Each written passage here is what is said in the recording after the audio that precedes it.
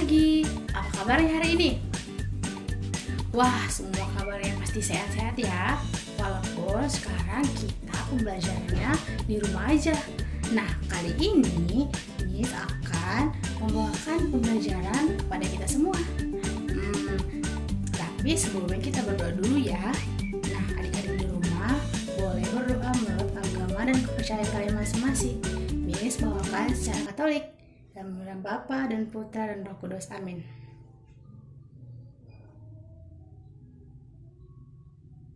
Amin. Dalam nama Bapa dan Putra dan Roh Kudus. Amin. Nah, hari ini kita akan belajar. Materi kita adalah pecahan yang senilai. Wah, pasti kalian sangat penasaran ya. Oke, langsung saja. Apakah yang dimaksud dengan pecahan yang senilai? Lalu, bagaimana ya cara menentukan pecahan yang senilai? Pecahan yang senilai adalah pecahan yang berbeda dapat bernilai sama jika perbandingannya tetap. Kita langsung masuk ke contohnya ya. Nah, di sini Miss punya gambar persegi panjang yang sudah Miss bagi menjadi 4 bagian. 1, 2, 3, dan 4. Nah, kemudian Miss juga sudah mengarsir 1 bagiannya. Ini dia. Nah, kira-kira daerah yang diarsir ada berapa bagian ya? Nah, kita perhatikan, yaitu 1 bagian dari 4 bagian. Sehingga dapat kita simpulkan bahwa menjadi 1/4. Nah, sudah jadi pecahan ya adik-adik, pecahan 1/4. Nah, satunya ini dapat kita sebut sebagai pembilang, lalu 4 disebut penyebut. Nah, kemudian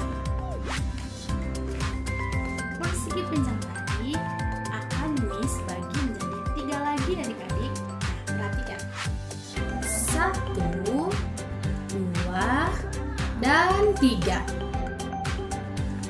Nah, coba sekarang adik-adik lihat daerah yang diarsir jadi berapa bagian ya? Ayo kita lihat. Ya, ada 3. 1, 2, 3 dari 12 kotak atau 12 bagian. Sehingga pecahannya adalah 3/12. Nah, coba kita bandingkan kotak yang tadi, yang pertama. Atau persegi panjang yang pertama tadi. Nih. Ini adalah pecahan 1/4. Jadi dapat dikatakan bahwa pecahan 3/4 senilai dengan 1/4. Nah, sampai di sini paham tidak? Oke, kalau adik-adik kurang paham, nanti bisa videonya diulang-ulang lagi ya, atau bisa minta bantuan kepada kakak atau ibu kalian. Oke, di sini Miss punya soal buat kalian untuk belajar di rumah. Nah, sekarang kalian catat soalnya ya. Soal nomor 1. 1/2 senilai dengan titik-titik.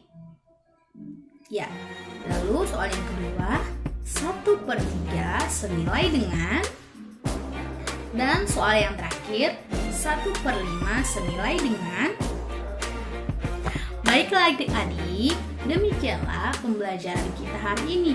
Nah, kalau kalian masih belum paham juga, kalian bisa nonton video yang selanjutnya untuk mengerjakan soal yang tadi Miss kasih ya. Nah, jangan lupa ditonton video yang selanjutnya. Miss akan sertakan video yang kedua, oke? Demikianlah pembelajaran kita hari ini. Miss harap kalian senang ya belajar sama Miss.